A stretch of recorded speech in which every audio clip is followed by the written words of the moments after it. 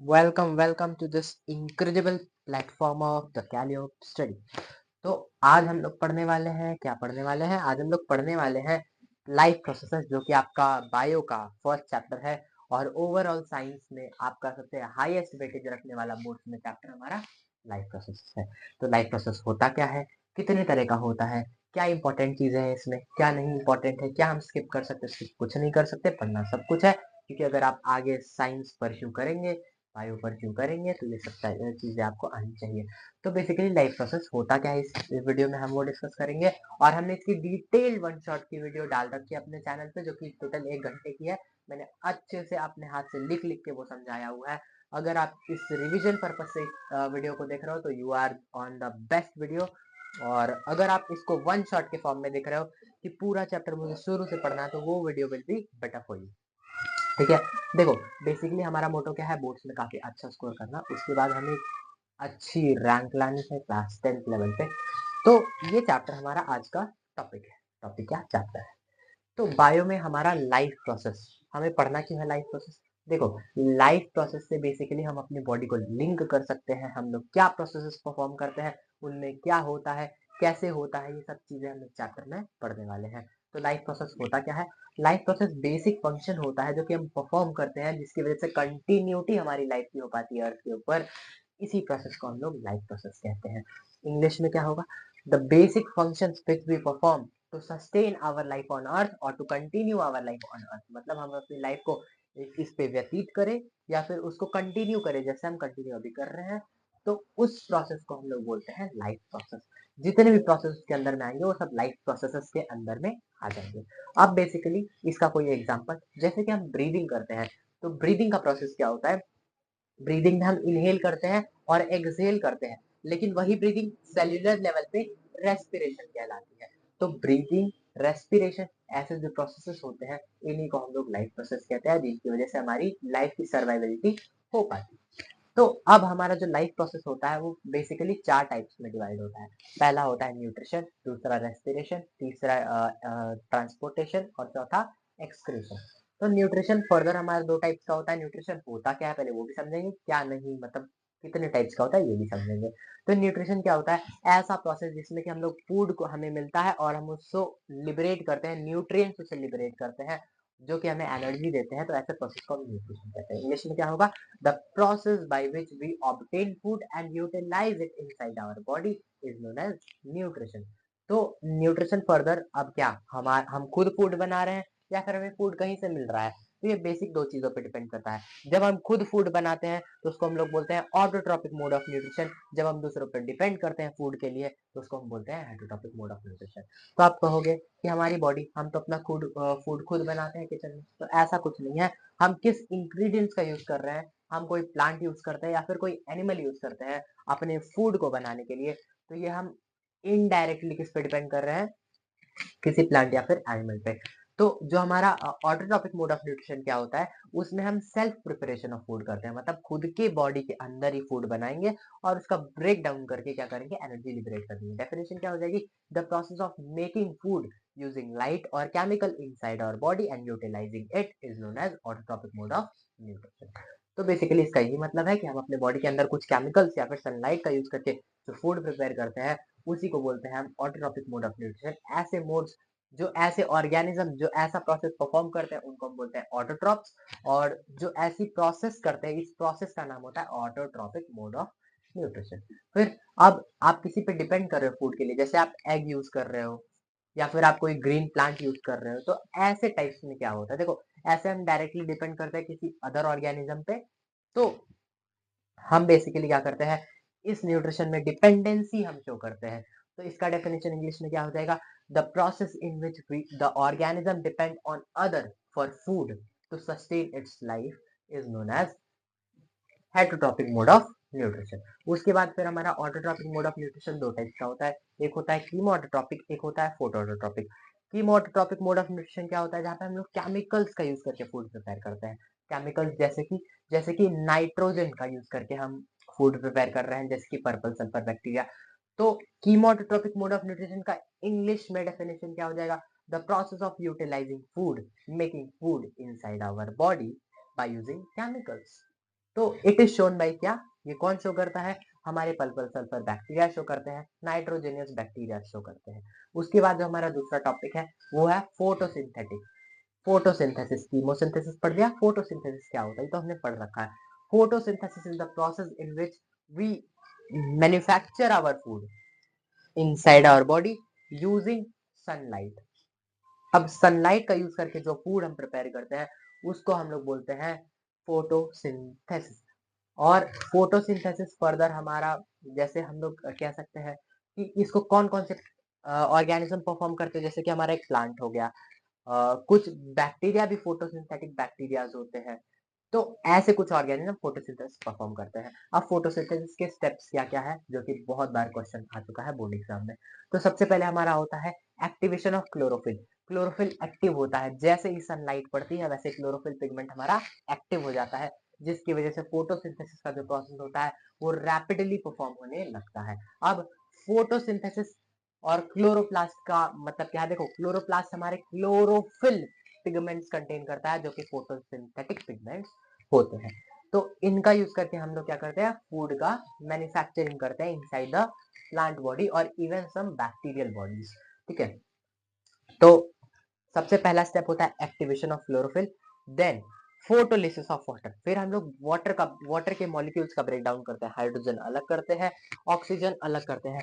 Hydrogen का use करके हम NADPH फॉर्म करते हैं, nicotinamide adenine dinucleotide phosphate which is a energy giving granule inside a plant body.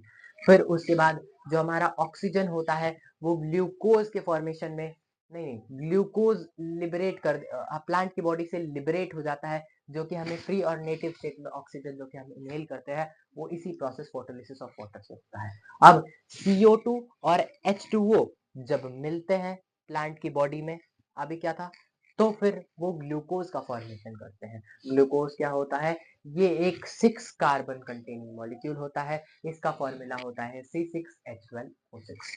उसके बाद फिर हमारा हाइड्रोलिसिस ऑफ वाटर या फिर फोटोलिसिस ऑफ वाटर होने के बाद फिर हमारा क्या होता है, फॉर्मेशन ऑफ ATP होता है।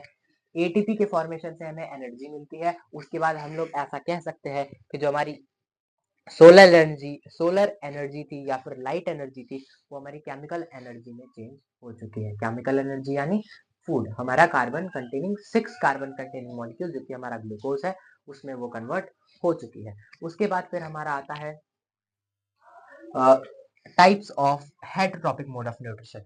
तो हेटरोटॉपिक क्या होता है, इट, हमने डेफिनेशन अभी पढ़ा, the mode of nutrition in which the organism depends on other for food for continuing it's life on earth. मतलब उस अपनी लाइफ को कंटिन्यू करने के लिए वो दूसरे ऑर्गेनिज्म को as a food source use करता है। तो ऐसे प्रोसेस, ऐसे न्यूट्रिशन के टाइप को हम लोग हेटरोटॉपिक मोड ऑफ न्यूट्रिशन कहते हैं। ये फर्दर 3 टाइप्स का होता है, एक होता है सेप्रोफिटिक, पैरासिटिक और holozoic. Saprophytic mode of nutrition क्या होता है, पैरासिटिक मोड ऑफ न्यूट्रिशन क्या होता है, होलोजोइक। सेप्रोफाइट्स क्या होते हैं, जो कि डेड और डिकेइंग मैटर पे फीड करते हैं, मतलब कोई मरा सड़ा गला ऑर्गेनिज्म है उस पे जो ऑर्गेनिज्म फीड कर रहे हैं उनको हम लोग सेप्रोफाइट्स बोलेंगे।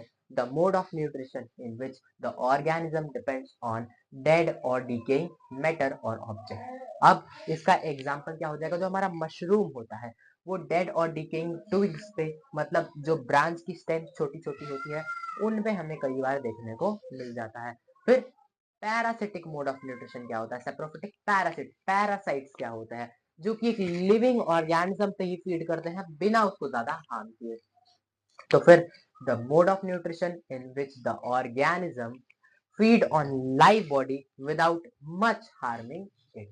मतलब हम ज्यादा नुकसान पहुंचाए बिना किसी ऑर्गेनिज्म पे फीड कर रहे हैं, इसी प्रोसेस को हम लोग बोलते हैं पैरासिटिक मोड ऑफ न्यूट्रिशन। कौन शो करता है, लीच और लाइस। लीच क्या होता है, हमारा जो पानी में होता है, क्या बोलते हैं उसको, कुछ तो बोलते हैं पानी में होता है, और लाइस यानी कि हमारे जुए। उसके बाद फिर हमारा जो टॉपिक है वो है होलोजोइक मोड ऑफ न्यूट्रिशन।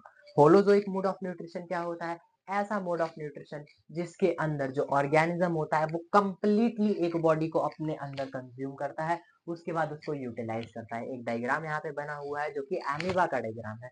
तो एमीबा के डायग्राम में वो क्या करता है, एक बैक्टीरिया को वो क्या कर रहा है, इनगल्फ कर रहा है, फिर उसका यूटिलाइजेशन कर रहा है। अभी मैं कंप्लीट इस डायग्राम को फिर से समझा देता हूँ। देखो फिर यहाँ पे क्या हो रहा है, देखो एक एमीबा है, ये जो इसके पार्ट्स है इसको हम लोग बोलते हैं स्यूडोपोडिया या फिर फॉल्स फीट ऑफ एमीबा। फिर ये क्या करता है, किसी बैक्टीरिया को ऐसे, बैक्टीरिया मान लो कोई आया तो उसको ऐसे कैप्चर करने की कोशिश कर रहा है अपने फॉल्स फीट का यूज करके या फिर स्यूडोपोडिया का यूज करके। फिर उसने क्या किया, उसको कैप्चर कर लिया और इनसाइड उसको क्या कर दिया, अपने अंदर कैप्चर कर दिया, फिर उसको ब्रेक कर दिया। कुछ अमाइलेज एंजाइम्स की हेल्प से क्या किया, उसने ब्रेक डाउन ऑफ बैक्टीरिया किया, जिसकी वजह से यहाँ पे उसके पास कुछ मैटर इकट्ठा हो चुका है जिसके अंदर एनर्जी भी है और कुछ वेस्ट मटेरियल भी है। तो एनर्जी को वो एसिमिलेट कर देगा, हर जगह वो डाइवर्ट कर देगा जहां उसकी नीड होगी, और जो मटेरियल्स होंगे उसको एक्सक्रीट आउट कर देगा जो कि अनवांटेड मटेरियल्स होंगे। तो फिर बेसिकली क्या होता है, यहाँ पे सबसे पहले होता है ingestion, digestion, absorption, assimilation and ingestion. और फिर क्या होता है, इंजेशन मतलब किसी को अपने अंदर as a food source use करना, फिर डाइजेशन मतलब उसका ब्रेक डाउन करना, फिर एब्जॉर्प्शन मतलब ब्रेक डाउन के बाद जो एनर्जी बनी है उसको अपने अंदर कंज्यूम करना, फिर एसिमिलेशन मतलब जहां पे नीडी पार्ट है, मतलब एमीबा का मान लो ये पार्ट, हमें इस पार्ट को चाहिए, हमें क्या, न्यूट्रिएंट्स, एनर्जी, तो फिर एसिमिलेट मतलब वहां तक शिफ्ट करना न्यूट्रिशियस मटेरियल को, इसी प्रोसेस को हम लोग बोलते हैं एसिमिलेशन। उसके बाद हमारा इजेशन हो जाता है, जो हमारा अनवांटेड मटेरियल होता है वो एक्सक्रीट आउट हो जाता है फ्रॉम दी एमीबा। इसके बाद का जो हमारा टॉपिक है वो है रेस्पिरेशन। तो हमने अभी तक न्यूट्रिशन को कंप्लीट ब्रेक कर दिया है, उसको एंजाइम की हेल्प से तोड़ दिया है। अब हमारा जो टॉपिक है वो है रेस्पिरेशन। What is respiration? तो respiration is the process in which the organism liberates energy at cellular level even in mitochondria or in cytoplasm। या फिर साइटोप्लाज्म में या फिर माइटोकॉन्ड्रिया में क्या करता है, break down of glucose molecule करता है, जिसकी वजह से एनर्जी का फॉर्मेशन होता है, लैक्टिक एसिड का फॉर्मेशन होता है, एनर्जी मतलब एटीपी का फॉर्मेशन होता है। अब रेस्पिरेशन का प्रोसेस का हमने डेफिनेशन पढ़ लिया। रेस्पिरेशन में हमारा फर्दर टू टाइप्स का होता है, एक होता है एरोबिक रेस्पिरेशन, एक होता है एनारोबिक रेस्पिरेशन। तो एरोबिक रेस्पिरेशन क्या होता है, this is the process in which the organism क्या करता है, अपनी अंदर सेल्यूलर लेवल पे ब्रेक डाउन करता है of glucose molecules using oxygen. Aerobic respiration में ऑक्सीजन का यूज करके ब्रेक डाउन होता है, वहीं पे एनारोबिक रेस्पिरेशन में विदाउट ऑक्सीजन ब्रेक डाउन होता है। कुछ कुछ पॉइंट्स यहाँ पे हमें याद रखने हैं। फिर से एक बार डिफरेंस, एज अ डिफरेंस हम एरोबिक रेस्पिरेशन और एनारोबिक रेस्पिरेशन को पढ़ लेते हैं। तो एरोबिक में हमारा ऑक्सीजन यूज होता है ब्रेकडाउन में, एनारोबिक में ऑक्सीजन यूज नहीं होता है ब्रेकडाउन में। एरोबिक रेस्पिरेशन में हमारा एटीपी का फॉर्मेशन होता है, एनारोबिक रेस्पिरेशन में भी एटीपी का बहुत कम फॉर्मेशन होता है और लैक्टिक एसिड का फॉर्मेशन होता है या फिर पायरुवेट का फॉर्मेशन होता है। फिर एरोबिक रेस्पिरेशन में हमारे 36 एटीपी के मॉलिक्यूल्स फॉर्म होते हैं, वहीं पे एनारोबिक रेस्पिरेशन में सिर्फ 2 मॉलिक्यूल्स ऑफ एटीपी फॉर्म होते हैं। 36 मॉलिक्यूल्स ऑफ एटीपी को हम लोग नॉर्मल डेली लाइफ में यूज करते हैं और 2 एटीपी को हम लोग इमरजेंसी टाइम में यूज करते हैं। मतलब जैसे समझो, अगर कोई एक और मतलब आप हो और आपको शेर दिखा और आप भागते गए तो एक टाइम पे आपकी एनर्जी खत्म हो जाएगी, 36 एटीपी मान लो खत्म हो गए, फिर भी आपको दौड़ना है क्योंकि you have to save your life. तो फिर आप उन 2 मॉलिक्यूल्स ऑफ एटीपी को यूज करोगे और फिर आप कंटिन्यू करोगे अपनी रनिंग को, ताकि आप अपने अपने आप को उससे बचा सको। इस जो काम है, इस टाइम पे आपकी हार्ट बीट इंक्रीज कर जाएगी। ये सब आपका सेकंड चैप्टर का काम है, लेकिन मैं बताता हूँ। इस टाइम पे आपकी हार्ट बीट इंक्रीज कर जाएगी, पल्स रेट इंक्रीज कर जाएगी, और ये सब किसकी वजह से होता है, एड्रेनलिन हार्मोन की वजह से होता है, जिसको कि हम लोग 3F हार्मोन भी बोलते हैं, फ्लाइट, फाइट, फियर। तो इस सिचुएशन में हमें, हमारे दिमाग में क्या आता है कि हमें बचना है, पहले डर लगेगा, फिर हमें भागने की कोशिश करेंगे, और उसके बाद अगर नहीं भाग पाए तो हम फाइट करने की कोशिश करेंगे अपनी लाइफ को सेव करने के लिए। फिर एरोबिक रेस्पिरेशन, एनारोबिक रेस्पिरेशन। तो एरोबिक रेस्पिरेशन में बेसिकली ऑक्सीजन का यूज होता है ब्रेकडाउन के लिए, एनारोबिक में नहीं होता है। एरोबिक में हमारा 36 मॉलिक्यूल्स ऑफ एटीपी फॉर्म होता है और हमारा 2 मॉलिक्यूल्स ऑफ एटीपी एनारोबिक में फॉर्म होता है। एरोबिक हमारा एटीपी का फॉर्मेशन करता है मेजरली, और एनारोबिक हमारा पायरुविक एसिड या फिर नहीं पायरुवेट या फिर हमारा लैक्टिक एसिड का फॉर्मेशन करता है। लैक्टिक एसिड क्या रोल प्ले करता है हमारी बॉडी में, जो हमारी बॉडी में क्रैम्प्स आते हैं हैवी वर्कआउट्स के बाद, तो वो किसकी वजह से आते हैं, लैक्टिक एसिड फॉर्मेशन की वजह से आते हैं। और ऐसा क्यों होता है, क्योंकि कार्बन डाइऑक्साइड की प्रेजेंस में ब्रेकडाउन हो रहा है। यहाँ पे देखो एरोबिक में हमारा ऑक्सीजन है, एनारोबिक में ऑक्सीजन नहीं मतलब कार्बन डाइऑक्साइड है। तो कार्बन डाइऑक्साइड का यूज करके जब ब्रेकडाउन होता है तो लैक्टिक एसिड का फॉर्मेशन होता है। वहीं पे जब हमारी बॉडी में डिफिशियंसी हो जाती है, जब हम तेज से रनिंग करते हैं, तो फिर हमारी बॉडी में डिफिशियंसी ऑफ ऑक्सीजन हो जाती है, जिसकी वजह से कार्बन डाइऑक्साइड का यूज करके ब्रेकडाउन होता है और लैक्टिक एसिड का फॉर्मेशन। उसके बाद हमें पढ़ना है व्हाट इज ट्रांसपोर्टेशन। तो ट्रांसपोर्टेशन बेसिकली ऐसा प्रोसेस है जिसमें कि हम लोग एक वांटेड मटेरियल को एक पार्ट ऑफ द बॉडी से दूसरे पार्ट ऑफ द बॉडी तक शिफ्ट करते हैं। तो ऐसा कैसे करते हैं, आप एग्जांपल ले सकते हो हार्ट का। हार्ट क्या करता है, ब्लड को थ्रू आउट दी बॉडी क्या करता है, सर्कुलेशन करता है। सर्कुलेशन के प्रोसेस को हमें काफी अच्छे से पढ़ना है, क्योंकि आपके बोर्ड्स में काफी अच्छा वेटेज रहता है। तो फिर ट्रांसपोर्टेशन क्या होता है, it is a basic process by which organisms transport a material from a body part to another body part। मतलब एक बॉडी पार्ट से दूसरे बॉडी पार्ट तक जो ट्रांसपोर्ट ऑफ मटेरियल होता है उसी को हम लोग ट्रांसपोर्टेशन बोलते हैं। और एग्जाम्पल क्या हो जाएगा ऐसे ऑर्गन का, हमारा हार्ट एग्जाम्पल हो जाएगा। फिर इसी को थोड़ा डिटेल में पढ़ लेते हैं। तो देखो हार्ट हमारा बेसिकली ऐसा कुछ स्ट्रक्चर होता है, आप इसको ऐसा स्ट्रक्चर भी बना सकते हो अपने बोर्ड्स में, ठीक है। तो हार्ट के पास हमारे टोटल 4 चैम्बर्स होते हैं। अगर आपको ये सब नहीं पता तो पहले आप जाओ उस वीडियो को देख के आओ जो हमारी डिस्क्रिप्शन में लिंक पिन्ड है, क्योंकि अगर आप नहीं जानोगे ये सब तो आपको ये सब चीज़ें समझ में नहीं आएगी। वैसे भी मैंने बेसिक से लेवल से स्टार्ट किया है, लेकिन आप 20 मिनट की वीडियो में क्या ही आप एज्यूम कर सकते हैं। फिर ये हमारा जो चैम्बर होता है, ये जो हमारा चैम्बर होता है, ये जो हमारा चैम्बर होता है, ये जो हमारा चैम्बर होता है, इसको हम नेमिंग करते हैं। ये हमारा राइट हैंड है, तो लेकिन यहाँ पे लेफ्ट एट्रियम होता है। एट्रियम पूरा नहीं लिखता हूँ, ए लिखता था। ये लेफ्ट वेंट्रिकल होता है, ये राइट एट्रियम होता है, ये राइट वेंट्रिकल। कई लोग उसको ऑरिकल भी बोलते हैं, एट्रियम आप जो बनना है वो बोल सकते हो। तो बेसिकली क्या होता है, कई लोग को ये डाउट होता है कि हम तो राइट हाथ से लिख रहे हैं तो फिर ये लेफ्ट कैसे हो जा रहा है। तो देखो अगर आप ऐसे स्ट्रेट खड़े रहोगे तो this part will be right, then this is C, ये भी राइट है। इधर का पार्ट लेफ्ट है तो इधर का पार्ट लेफ्ट है। तो अगर आप बोर्ड्स में डायग्राम बनाओगे, आप याद रखना राइट हैंड से लिख रहे हो तो जो आप इस साइड लिखोगे, राइट साइड लिखोगे, वो लेफ्ट होगा, उल्टा एकदम ऑपोजिट। अगर आप लेफ्टी हो तो फिर अगर आप इस हाथ से लिखोगे तो वो राइट लिखोगे आप, क्योंकि उल्टा लिखना होता है, ठीक है। इसके बाद का जो हमारा टॉपिक है, देखो अभी कैसे, अब हमारा जो स्ट्रक्चर ऑफ हार्ट होता है वो डबल सर्कुलेशन करता है।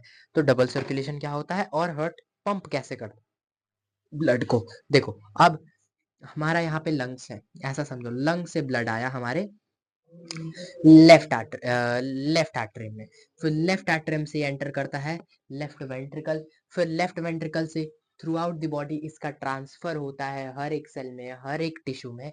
उसके बाद फिर ये कार्बन कंटेन कर लेता है, फिर कार्बन CO2 का फॉर्मेशन करता है, फिर CO2 लाके ये कौन कहाँ पे देता है, राइट आट्रियम में देता है, फिर राइट आट्रियम से राइट वेंट्रिकल जाता है, फिर राइट वेंट्रिकल से फिर लंग्स में जाता है, फिर ऑक्सीजन कंटेन करके ये क्या करता है, ऑक्सीजनेटेड हो जाता है। अब सबसे पहले ये देखो, जो हमारा लंग से लेके हार्ट तक जो हमारा ऑक्सीजनेटेड ब्लड लाता है उसको हम लोग बोलते हैं पल्मोनरी वेन, और जो हमारा हार्ट से लेके through out the body transfer करता है उसको हम लोग बोलते हैं आयोटा।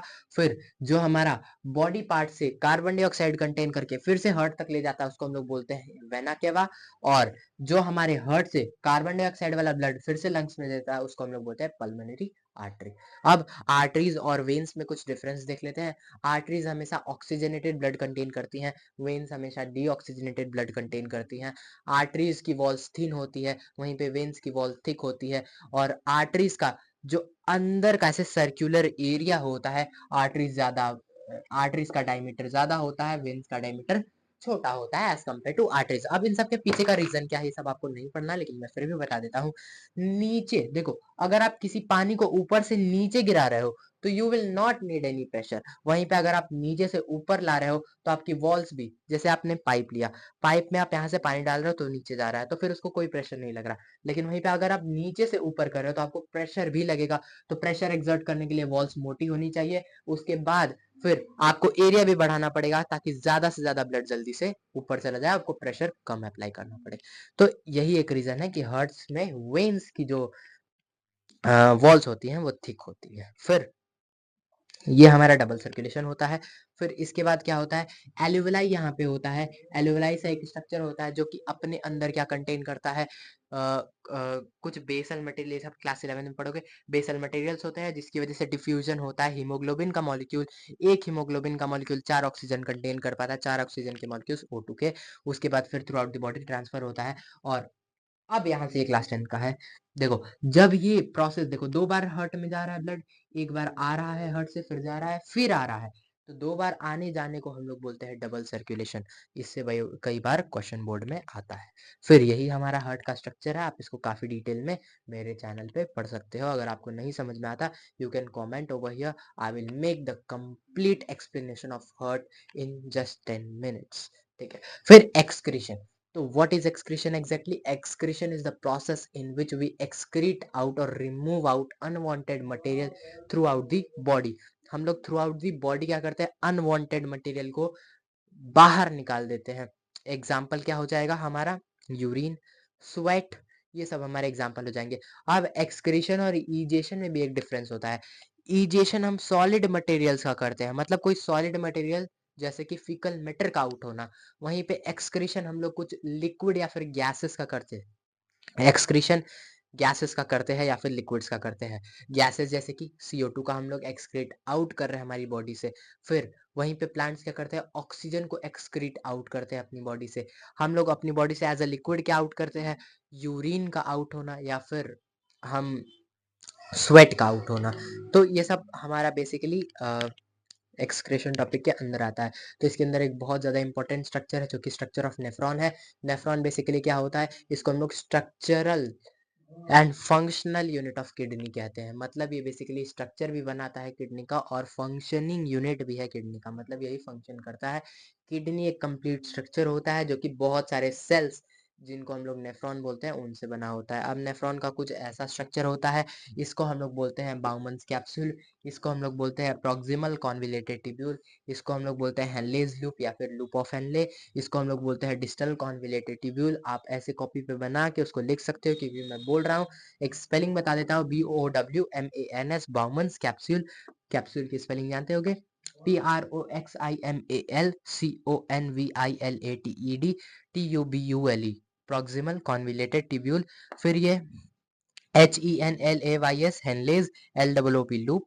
उसके बाद फिर ये DISTEL डिस्टल कॉन्विलेटेड ट्यूब्यूल की स्पेलिंग आप यहाँ से देख सकते हो। और इसको हम लोग बोलते हैं कलेक्टिंग डक्ट। जहाँ पे देखो ये हमारी कैपिलरी होती है। कैपिलरी में क्या होता है, कैपिलरी ब्लड कंटेन करती है। और ये याद रखना, नेफ्रॉन जो हमारा होता है वो वाटर फिल्टर नहीं करता है, वो क्या फिल्टर करता है, ब्लड को फिल्टर करता है। जो हमारा यूरिन फॉर्म होता है वो ब्लड के फिल्टरेशन से फॉर्म होता है, ना कि वाटर के फिल्टरेशन से। फिर ये जो हमारा होता है, कैपिलरी क्या कंटेन करती है, ब्लड कंटेन करती है। और फिर ब्लड हमारा ऐसा बाउमेंस कैप्सूल में ऐसा जंक्शन होता है जहाँ पे ऐसा सा कुछ स्ट्रक्चर रहता है जिसकी वजह से जो अनवांटेड मटेरियल होते हैं वो डिफ्यूज करके हमारे बाउमेंस कैप्सूल में चले जाते हैं। और फिर ये प्रॉक्सिमल कॉन्वोल्यूट से हेनलेज लूप अब होते होते फिर ये कलेक्टिंग डक्ट में स्टोर हो जाता है। फिर जब ये कलेक्टिंग डक्ट पूरा भर जाता है तो फिर हमारे एज यूरिनरी ब्लैडर में चले जाते हैं, फिर हमारी बॉडी से एक्सक्रीट आउट हो जाते हैं। फिर अब इन सब का स्ट्रक्चर कुछ ऐसा क्यों है, ये ऐसा ऐसा सी शेप, एस शेप क्यों बना रहा है, सी शेप क्यों बना रहा है, तो ऐसा स्ट्रक्चर इसलिए है क्योंकि जो हमारा डिफ्यूजन होता है वो बहुत तेजी से जाता है और तेजी को कम करने के लिए, स्पीड को कम करने के लिए वो जो ऐसा स्ट्रक्चर सी शेप या फिर एस शेप स्ट्रक्चर बनाया जाता है। जैसे अगर यहाँ आके लड़ेगा तो फिर स्पीड थोड़ी स्लो हो जाएगी, फिर ऐसे धीरे धीरे स्पीड स्लो करके उसको फिर ट्रांसफर करता है। फिर ये हेनरीज लूप ऐसा मुड़ा हुआ क्यों होता है? क्योंकि अगर आप जानते होगे, अगर आप किसी चीज को ऊपर से नीचे की तरफ फेंको, तो जितना ऊपर से आप नीचे तक फेंकोगे, जो ग्रेविटेशनल फील्ड अकर करेगी, काम करेगी, वो दोबारा उतना ऊपर तक नहीं आएगा। मान लो मैंने एक बॉल को यहाँ से फेंका, तो फिर वो यहीं तक रह जाएगी मेरे हिसाब से, पूरा ऊपर तक टच नहीं करेगी। तो ये ऐसा नीचे से ऊपर से नीचे जाता है, और जब नीचे से ऊपर जाता है तो उसकी स्पीड स्लो हो जाती है, जिसकी वजह ये भी एक रीजन है स्पीड स्लो करने का। फिर यही है हमारा स्ट्रक्चर और यही है हमारा लाइफ प्रोसेस। बेसिकली इसमें जो इम्पोर्टेंट चीजें हैं वो है डबल सर्कुलेशन क्या होता है, और हमारा स्ट्रक्चर ऑफ नेफ्रॉन इम्पोर्टेंट है, holozoic mode of nutrition of amoeba का स्ट्रक्चर इम्पोर्टेंट है। ये सब कुछ बेसिक बेसिक से चीजें इम्पोर्टेंट है हमारे पास। ऐसे ही हम सारी वीडियोस लाते रहेंगे, जो भी हमारे साइंस के, केमिस्ट्री और बायो के चैप्टर्स हैं, हम सबकी कंप्लीट एक्सप्लेनेशन ऐसे ही लाते रहेंगे। So thank you for watching this video and I hope this was helpful. Have a nice day, bye bye.